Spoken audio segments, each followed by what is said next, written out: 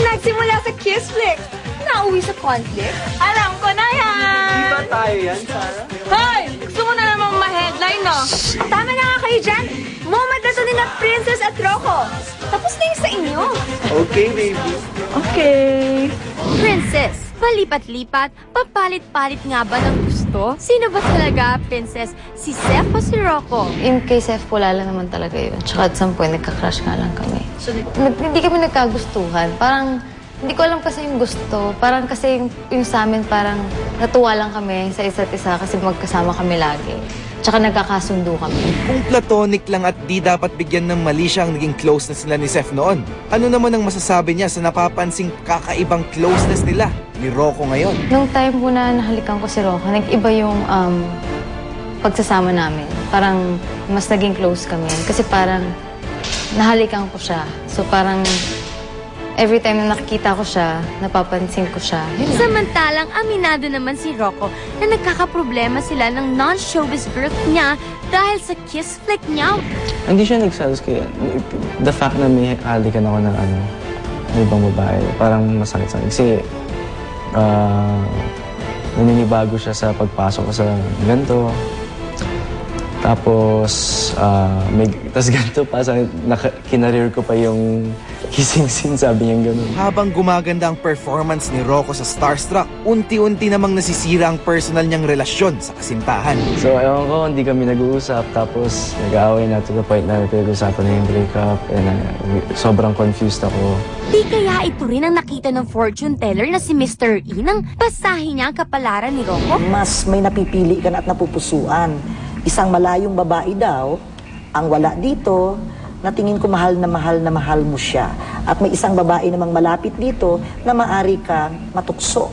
So mag-iingat ka sa tinatawag nating tukso, lapitan ako. May lungkot ding nababakas kay Rocco ang corporate spiritual consultant na si Maricel Casquel. Meron kang crossroad right now because of a family issue.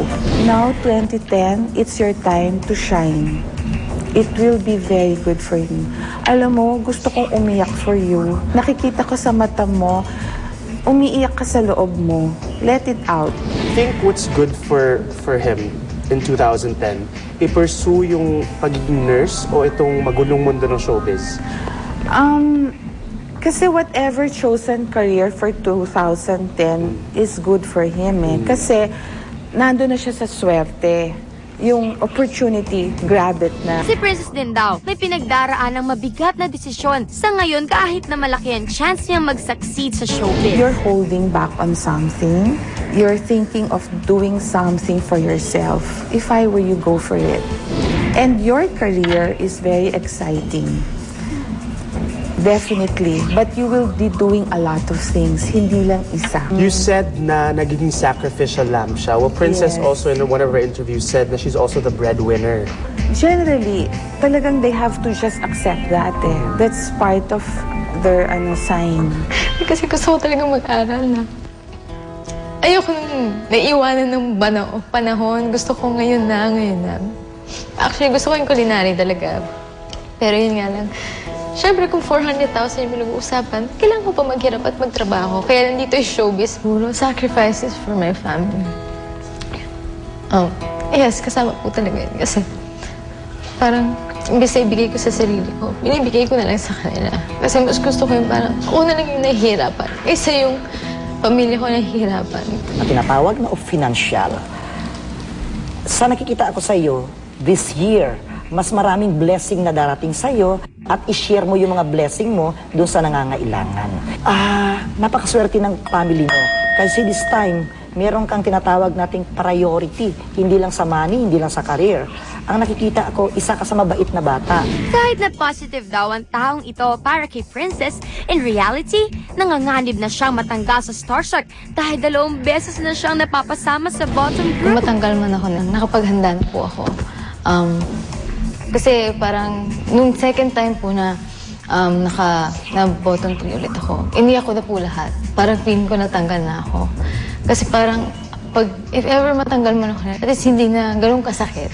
Siyempre, ayoko rin matanggal ako.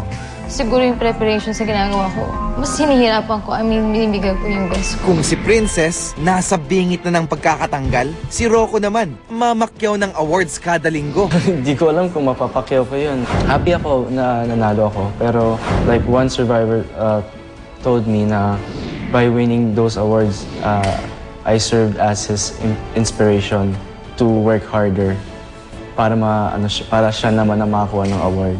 Si Piero, ang little brother ko. Ang ibang boys naman, iisa ang sentiment sa lingguhan pananalo ni Rocco ng awards. And Ian summarized it best. From a friend's perspective, sobrang saya ako for him. Pero from a competitor's perspective, sobrang jealous ako. I want those awards. Pero ang biggest threat para kay Rocco ay Si Enzo, like, grabe yung fanbase niya. Alam ko maraming boboto sa kanya. Sobrang laki ng chance niya manalo dito.